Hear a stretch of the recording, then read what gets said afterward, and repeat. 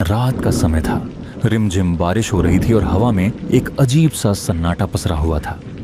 आसमान में बादल इस तरह घूम रहे थे जैसे कोई अनहोनी पहले से ही उनका रास्ता ताक रही हो। अभय 32 साल का एक थका हारा नौजवान शहर की भागदौड़ से उबकर अपने गांव रतनपुर लौट रहा था। उसे शाम ढलने से पहले हर हाल में गांव पहुंच जाना था। रतनपुर में इन दिनों छलवा की चर्चा हर चौपाल और घर के आंगन तक फैली हुई थी। लोग कहते थे कि रात में रास्तों पर अजीब सी हलचल दिखती है और दूर से किसी अनजानी आवाज के सुनाई देने पर आदमी का कलेजा बैठ जाता है। गांव वाले शाम होते ही दरवाजे बंद कर लेते थे, जैसे अंधेरा किसी मेहमान के बजाय किसी मुसीबत को बुला लाता हो। अभय जिस बस में बैठा था वह इतनी खटारा थी कि चलने से ज्यादा किसी खतरे की आहट देती थी। थोड़ी सी दूरी तय करते ही वह जोर का झटका खाकर ऐसे रुकती मानो अपनी आखिरी सांसें गिन रही हों।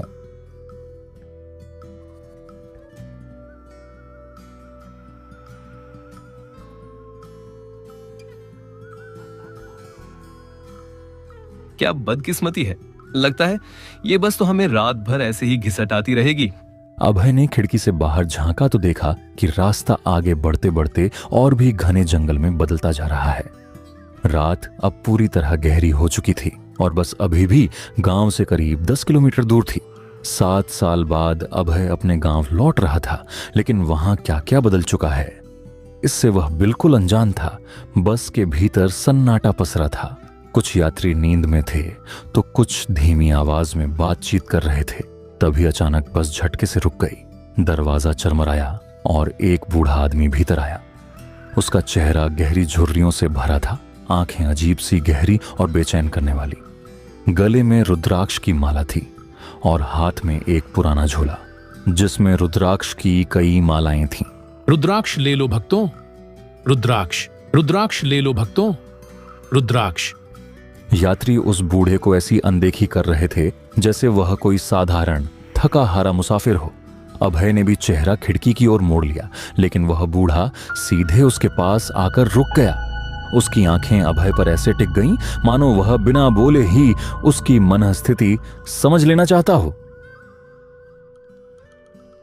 अभय ने हल्की हैरानी के साथ बूढ़े व्यक्ति की ओर देखा। ले लो बेटा, ये सिर्फ माला नहीं, बचाव है। रात जितनी दिखती है उससे कहीं ज्यादा भटकी हुई है। खाली गले से जंगल मत पार करना। आजकल वहां कुछ ऐसा जागा है जो इंसानी कदम पहचान लेता है। ले लो भक्तों, कीमत नहीं, जरूरत समझ कर ले लो, क्योंकि आज की रात हर किसी की सलामत नहीं होती। बूढ़े ने अपने झोले में हाथ डाला और एक रुद्राक्ष निकालकर चुपचाप अभय की हथेली पर रख दिया। रुद्राक्ष से अजीब सी गर्माहट उठ रही थी, मानो वह किसी अनदेखी धड़कन के साथ जीवित हो।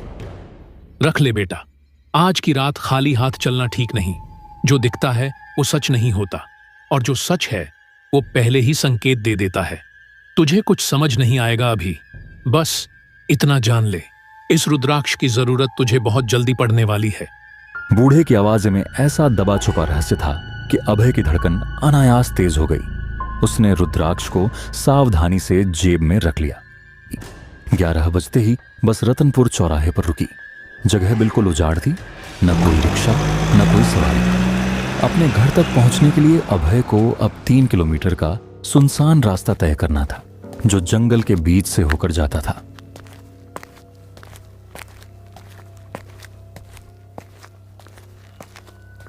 रतनपुर का रास्ता कच्चा था और नम मिट्टी की गंध से भरा पड़ा था, और उसके दोनों ओर पेड़ ऐसे खड़े थे जैसे अंधेरे में किसी अदृश्य पहरेदारी में मुस्तैद हों।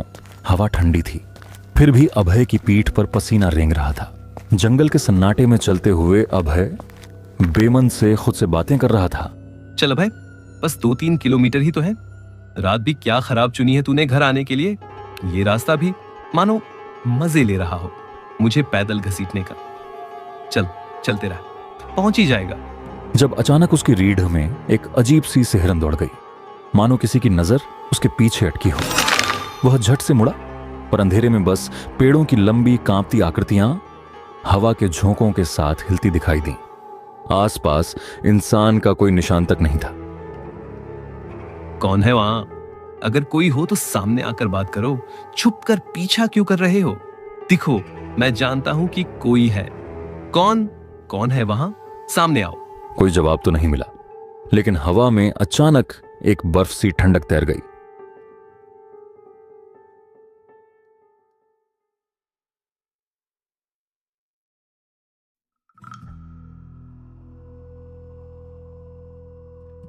अभय ने घबराकर जेब टटोली और रुद्राक्ष को छुआ। वही अजीब गर्माहट फिर से उसकी उंगलियों में धड़क उठी। उसने बिना सोचे रुद्राक्ष गले में डाल लिया और कदम तेज कर दिए।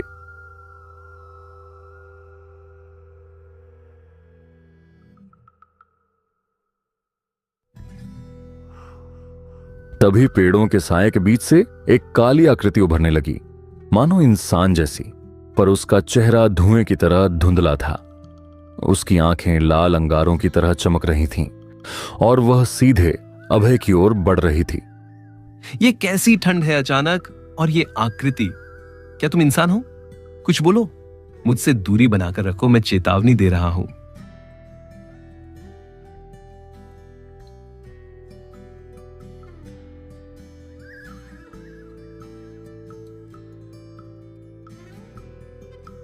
अंदर से कोई हलचल नहीं हुई।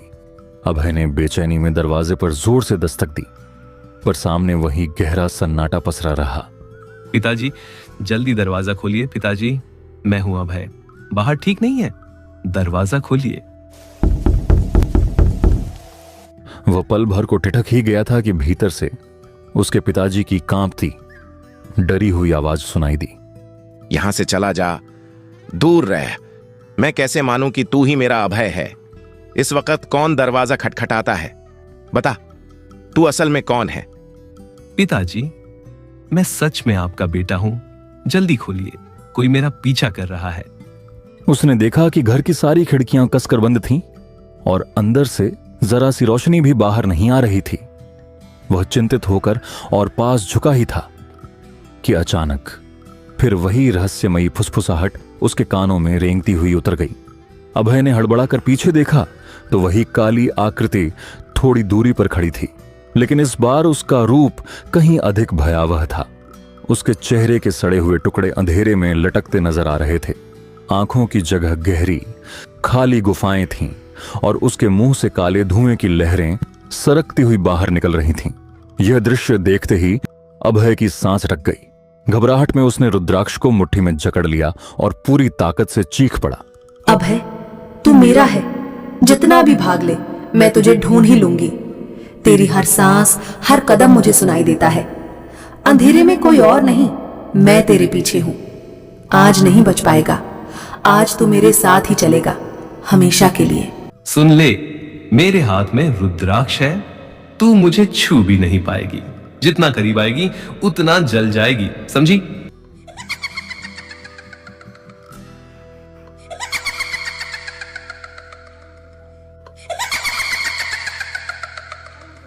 रुद्राक्ष तेरी रक्षा नहीं करेगा अभय, तू मेरा है। चाहे जितना चिल्ला ले, आज तू मुझसे नहीं बचेगा। उस प्रेत की विकृत हंसी ऐसी गूंजी कि पूरे जंगल का सन्नाटा कांप उठा। अभय का पूरा शरीर भय से थरथरा रहा था। उसने कांपते हाथों से दरवाजे पर दोबारा जोर से दस्तक दी। मां, मैं हूं अभय। दरवाजा खोलो, मेरी आवाज पहचानो। नहीं, तू मेरा अभय नहीं है। छलावा भी इंसान की आवाज बना लेता है। मैं दरवाजा नहीं खोलूंगी, दूर रह। मेरे बेटे की आवाज ऐसी नहीं होती। मां, डरो मत, मैं ही हूं, तुम्हारा बेटा। कृपया दरवाजा खोल दो, बाहर बहुत अंधेरा है। अभय की हिम्मत अब टूटने लगी थी। उसे लगने लगा कि अगर वह दरवाजे के बाहर ही फंसा रहा तो वह भयावह परछाई उसे जीवित नहीं छोड़ेगी। घर वाले भी शायद उसे किसी छलावे का रूप समझकर दरवाजा खोलने की हिम्मत नहीं जुटा पा रहे थे। नहीं नहीं, मैं यहां ज्यादा देर नहीं रुक सकता। वो चीज मुझे मार देगी। अगर घर वाले मुझे पहचान भी नहीं रहे तो मुझे कहीं और बचाव ढूंढना होगा। तभी उसके मन में अचानक दादाजी की पुरानी बताई हुई एक बात चमक उठी। गांव के बीचों बीच एक प्राचीन शिव मंदिर है जहां एक पुराना शिवलिंग स्थापित है और कहा जाता है कि किसी भी दुष्ट प्रेत के लिए उस स्थान के पास तक जाना वर्जित है। दादाजी कहते थे शिव मंदिर, हाँ, वही एक जगह है जो किसी भी प्रेत को पास नहीं आने देती। बस मुझे किसी तरह वहां पहुंच जाना होगा, वरना आज मैं बचने वाला नहीं हूं। अभय ने हिम्मत जुटाई और तेजी से भागना शुरू किया।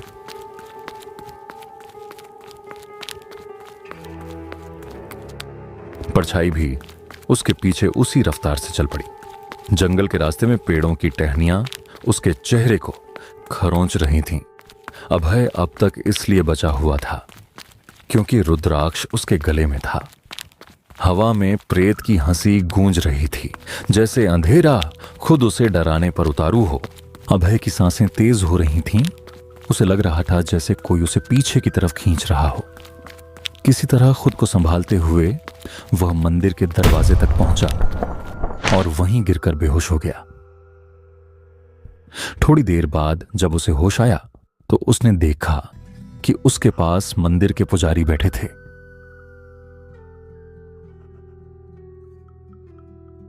डर मत बेटा, धीरे धीरे बोल, तू अभी सुरक्षित है। पुजारी जी, वो मैं ठीक से बता भी नहीं पा रहा। कुछ था, कोई परछाई आधा दिखता था, आधा गायब होता था। बस आंखें भयानक, जैसे मुझे खींच रही हो। मैं भाग रहा था, पर लग रहा था कि वो मेरे बिल्कुल पीछे है। मैं कुछ समझ नहीं पा रहा, क्या वो सच में प्रेत था? जो भी तेरे पीछे था यहां तक नहीं आ सकता। ले, मैं तेरे शरीर पर भस्म लगा रहा हूं। ये तुझे हर दुष्ट शक्ति से बचाएगी। अब तुझे कोई भी प्रेत छू भी नहीं पाएगा। अपने मन को शांत कर और मेरे साथ भगवान का नाम ले। अभय पुजारी बाबा के साथ धीरे धीरे मंदिर से बाहर निकला। पुजारी उसे सहारा देते हुए उसके घर के दरवाजे तक ले आया।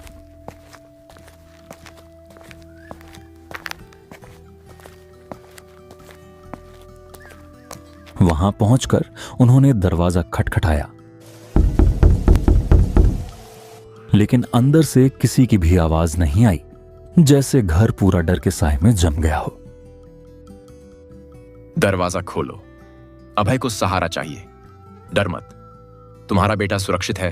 दरवाजा खोलो, अभय को संभाल लेना। बहुत घबराया हुआ है। काल उसका क्या करें जो भक्त हो महाकाल का। पुजारी की पुकार सुनते ही घर के भीतर हलचल हुई और धीरे से दरवाजा खुला। बाहर अधेड़ उम्र के बुजुर्ग दंपति आए। अभय के माता पिता, जिनके चेहरों पर घबराहट अब भी साफ झलक रही थी। अभय, तू अकेला बाहर कैसे खड़ा है? जल्दी अंदर आ जा। आओ बेटा, बाहर मत ठहर, रात ठीक नहीं है। तू भीतर आ जा, मेरा दिल घबरा रहा है। दरवाजा खुलते ही अभय की मां ने घबराहट में उसका हाथ पकड़ लिया और झटके से उसे भीतर खींचकर दरवाजा तुरंत बंद कर दिया। मां, आपने इतना घबरा कर दरवाजा क्यों बंद किया? बाहर सच में पुजारी बाबा खड़े थे। उन्होंने ही मुझे यहां तक छोड़ा है। वो भी उस छलावे से डर रहे होंगे ना। और मां, उन्होंने ही छलावे से मेरी जान बचाई है, मेरी मदद की है। अभय, क्या कह रहा है तू? बाहर पुजारी बाबा? ये कैसे हो सकता है? उनकी तो 3 साल पहले रहस्यमयी मौत हुई थी। मैं झूठ क्यों बोलूंगा मां? वो मेरे बिल्कुल पास खड़े थे। उन्होंने ही कहा कि जल्दी अंदर जाना। बेटा, तू मुझे डरा रहा है। वो अगर बाहर थे तो मैं उन्हें क्यों नहीं देख पाई? मां, ये कैसे हो सकता है? मैं अभी अभी उनके साथ आया हूं। उन्होंने ही मुझे उस छलावे से बचाया। अगर पुजारी बाबा 3 साल पहले मर चुके थे तो मेरे साथ कौन चल रहा था? और मां, मैं तो रास्ते भर उनसे बातें करता आया हूं। मुझे तो लगा था कि वो सच में मेरे साथ चल रहे हैं। अभय, मैं खुद समझ नहीं पा रही हूं, लेकिन बेटा, तू बाहर जिसको देख रहा था वो इंसान नहीं हो सकता। मैं तो बस तेरी आवाज सुनी थी, वहां कोई दिखाई ही नहीं दे रहा था। और अगर उसने वाकई तेरी जान बचाई है तो बेटा, वो जरूर महादेव की कृपा रही होगी।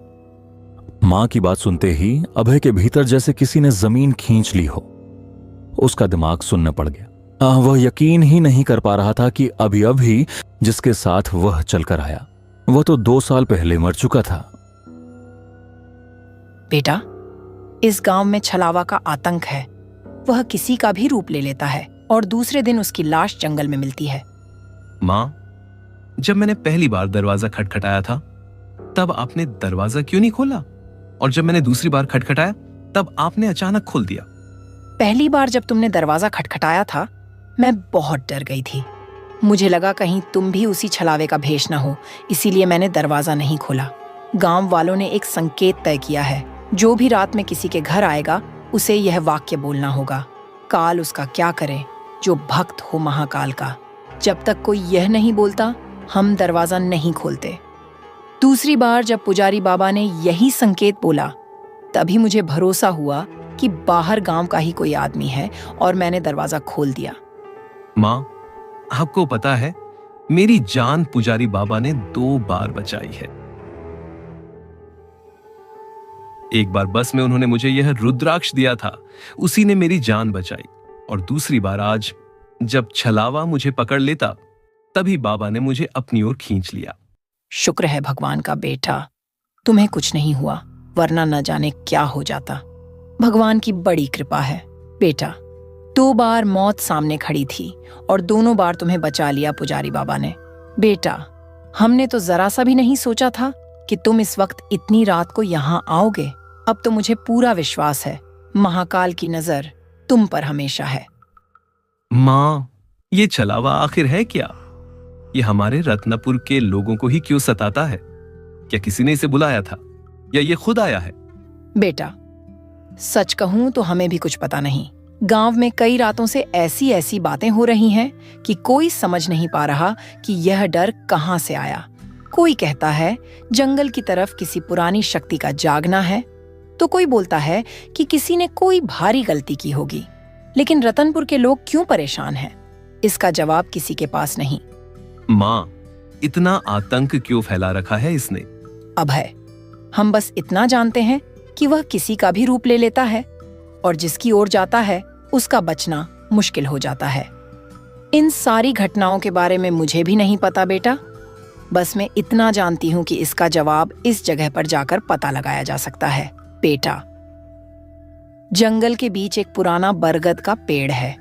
गांव वाले कहते हैं कि इस पूरे इलाके की भटकी हुई आत्माएं उसी पेड़ के पास बसती हैं। वहां रात में अजीब साए दिखते हैं और हवा में किसी की फुसफुसाहट सुनाई देती है। लोग मानते हैं कि यही पेड़ इस सारे आतंक की जड़ है। अभय की समझ पर मानो धुंध छा गई थी। उसे समझ नहीं आ रहा था कि उसके साथ क्या घट रहा है। उसका मन बार बार उस प्रेत की झलक और पुजारी की रहस्यमयी बातों पर अटक जा रहा था। मां की बातें सुनकर अभय की सारी थकान पल भर में उड़ गई।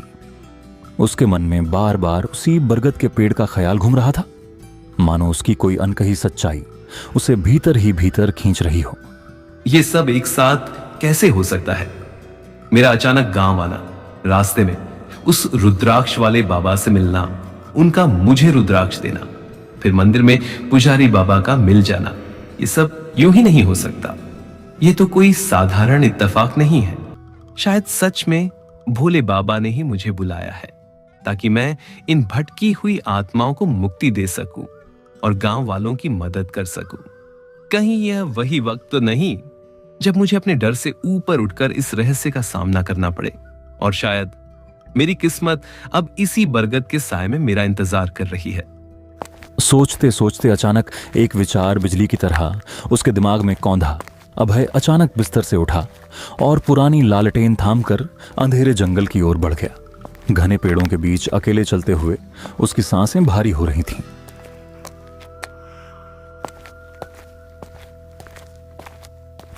तभी दूर रास्ते के ठीक बीच में उसे एक आकृति दिखी, एक बूढ़ा आदमी जिसका चेहरा अजीब सा जाना पहचाना लग रहा था। जैसे जैसे अभय उसके करीब पहुंचता उसके रोंगटे और सख्त होते जाते। कुछ ही कदम बाद वह साया धुंध की तरह ओझल हो गया और अगले ही पल अचानक अभय के ठीक सामने प्रकट हो खड़ा हुआ। कौन हो तुम? मेरा रास्ता क्यों रोक रखा है?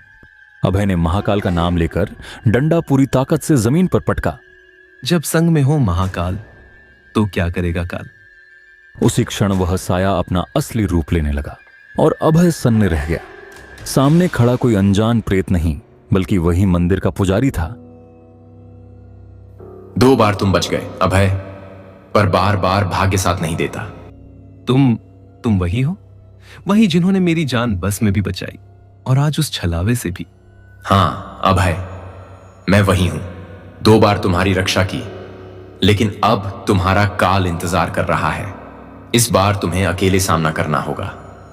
अभय बेटा, जहां तुम जाने की सोच रहे हो, क्या तुम उनका अकेले सामना कर पाओगे? जय महाकाल। बाबा, जब मैं यह गांव छोड़कर गया था तब यहाँ की हालत ऐसी नहीं थी। आखिर इन दिनों में ऐसा क्या हो गया कि पूरा गांव इस छलावे के आतंक में जी रहा है? यह आतंक कोई साधारण नहीं है। यह बदला ले रही आत्मा है जो अपमान और अपने खून का बदला गांव वालों से ले रही है। सुनो, जब तुम गांव छोड़कर गए थे, उसके कुछ ही समय बाद जमींदार रघुवीर सिंह, जो बड़ा ही क्रूर और दुष्ट था, उसने गांव के कई लोगों की जमीन हड़प ली। तभी गांव में एक बंजारण आई, झुमरी। वह बहुत सुंदर थी और उसी पर जमींदार की बुरी नजर पड़ गई।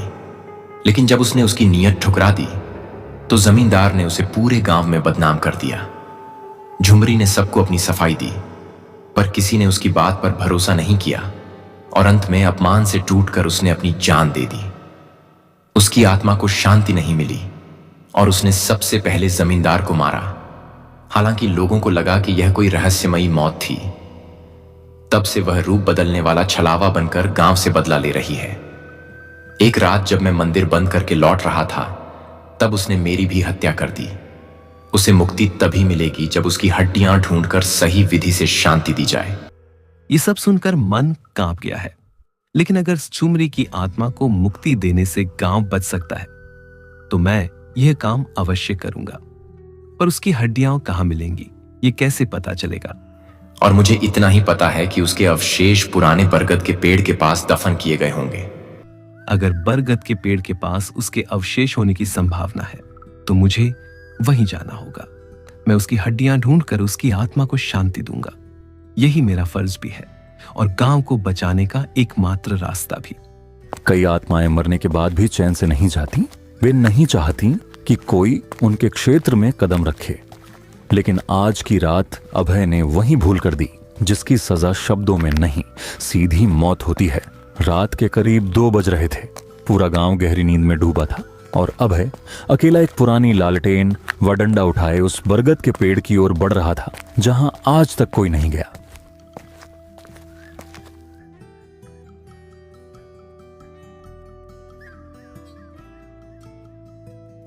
अगर बरगद के पेड़ के पास उसके अवशेष होने की संभावना है तो मुझे वहीं जाना होगा। मैं उसकी हड्डियां ढूंढकर उसकी आत्मा को शांति दूंगा। यही मेरा फर्ज भी है और गांव को बचाने का एकमात्र रास्ता भी। कुछ देर की खामोश यात्राओं के बाद वह आखिर उस अपशकुनी बरगद के नीचे पहुंच गया। लेकिन वह आत्मा शांति नहीं, सिर्फ बदला चाहती थी। अचानक उसकी विकराल छाया हवा में लहराई और सीधे अभय की ओर झपटने लगी। यह दृश्य देखते ही अभय का खून मानो नसों में जम गया। उसके हाथ कांपने लगे और लालटेन भय से थरथराते हुए टिमटिमाने लगी। आखिर तुम भी आ ही गए मेरे इलाके में। क्यों आए हो यहाँ? मौत ढूंढने या उसी अंजाम तक पहुंचने जहां मैंने बाकी सबको पहुंचाया है? मैं यहाँ मौत ढूंढने नहीं आया, मैं तुम्हें मुक्ति देने आया हूं। तुम्हारा दुख, तुम्हारा अपमान, तुम्हारी पीड़ा मैं सब समझता हूं। गांव वाले भले न समझ पाए हों, लेकिन मैं तुम्हें शांति देने आया हूं। अगर तुम चाहो, मैं तुम्हारी आत्मा को मुक्त कर सकता हूं ताकि तुम्हारी यह फटकन, यह क्रोध खत्म हो सके। मुझे मुक्ति देने? तुम? ये गांव बचेगा नहीं, कोई नहीं बचेगा। जिसने मुझे धोखा दिया, जिसने मुझे अपमानित किया, मैं सबका विनाश करूंगी। और तू? आज तो तू भी नहीं बचेगा। तू भी आज यहां से वापस जिंदा नहीं जाएगा। याद रख, ये रात तुम्हारी आखिरी रात है अभय। आत्मा गुस्से में पागलों की तरह चीखने लगी और उसकी वह भयावह चीख पूरे जंगल में गूंज उठी। ये रुद्राक्ष, इसे दूर कर, फेंक दे इसे। ये मेरी आग को जलाता है, मेरी शक्ति को कमजोर करता है। हट, इसे अपने गले से उतार। सुन रहा है ना तू? इसे अभी फेंक दे। ये पवित्र माला मेरी आत्मा को दहका रही है, मुझे अपने पास आने ही नहीं दे रही। अगर थोड़ा भी जीना चाहता है तो इस रुद्राक्ष को तुरंत फेंक दे, वरना मैं तेरे शरीर को चीर कर रख दूंगी। डर के मारे अभय लड़खड़ाकर जमीन पर गिर पड़ा। उसी झटके में उसके गले की रुद्राक्ष माला टूटकर दूर जाकर गिर गई। अगले ही पल वह प्रेत बिजली सी गति से उसके पास आ पहुंचा और उसे पकड़कर जोर से हवा में उछाल दिया। अभय जा गिरा ठीक उसी जगह जहां झुमरी की लाश कभी फेंकी गई थी और उसके बचे हुए कंकाल अब भी पड़े थे। घबराहट में अभय फौरन उछलकर खड़ा हो गया। अभय घबराहट में कांप रहा था। उसके पास अब सिर्फ लालटेन ही बची थी। आज तो मेरी मौत तय है। मेरी माला भी पता नहीं कहां गिर गई। अब मुझे कौन बचाएगा? वह रुद्राक्ष की माला को इधर उधर पागलों की तरह खोज रहा था कि तभी उसकी नजर पास पड़ी बिखरी हुई हड्डियों पर जा टिकी और वह तुरंत समझ गया कि ये उसी प्रेत की अवशेष हड्डियां हैं। लालटेन अभी भी उसके हाथ में जल रही थी और अचानक आई हिम्मत के सहारे उसने वह लालटेन सीधी उन हड्डियों पर फेंक दी। पलक झपकते ही हड्डियां आग पकड़कर राख में बदल गईं और उसी के साथ झुमरी की व्याकुल आत्मा को शांति मिल गई। गांव की कई भटकी आत्माएं भी मुक्त हो गईं। भय और थकान से टूटा अभय वहीं बेहोश होकर गिर पड़ा। उधर रात बीतते बीतते अभय की मां को पता चला कि वह घर पर नहीं है, तो सुबह होते ही उसके माता पिता गांव वालों को साथ लेकर जंगल में उसकी तलाश में निकल पड़े। काफी देर खोजने के बाद वे उस बरगद के पेड़ तक पहुंचे और दहशत में भर गए। अभय वहीं मिट्टी में लतपट बेहोश पड़ा था। गांव वालों ने तुरंत उसे संभाला और उसे झकझोर कर होश में लाने की कोशिश की। बेटा, मैंने तुझे रात को बाहर जाने से रोका था, फिर तू अकेला इस डरावने जंगल में क्यों आ गया? पता है हम कितने डर गए थे। अगर तुझे कुछ हो जाता तो हम क्या करते? क्यों आया था तू यहाँ? अभय, मां, मैं उस छलावे को मुक्त करने आया था। अब उसे मुक्ति मिल गई है। अब गांव में किसी को कोई परेशानी नहीं होगी। अचानक पीछे घने जंगल की दिशा से एक विचित्र आवाज गूंजी। सबने मुड़कर देखा तो बरगद के पेड़ की आड़ में पुजारी बाबा की आत्मा प्रकट खड़ी थी। उनकी आंखों में गहरी शांति थी, पर इस बार वे मौन नहीं थे। हल्की हवा के साथ उनकी आवाज गूंजी। अभय, तुम्हारे जज्बे ने वो कर दिखाया जो पूरे गांव की ताकत भी नहीं कर पाई। झुमरी की आत्मा अब मुक्त हो चुकी है। उसका दर्द, उसका क्रोध सब समाप्त हो गया। आज से रतनपुर पर कोई अभिशाप नहीं रहेगा। तुम सब सुरक्षित हो और यह सब अभय के साहस की वजह से संभव हुआ है। उसकी हिम्मत ने कई भटकती आत्माओं को शांति दिला दी है। अब मेरा कार्य भी पूरा हुआ। यह कहकर बाबा की धुंधली आकृति धीरे धीरे हवा में घुलने लगी और पलक झपकते ही पूरी तरह विलीन हो गई।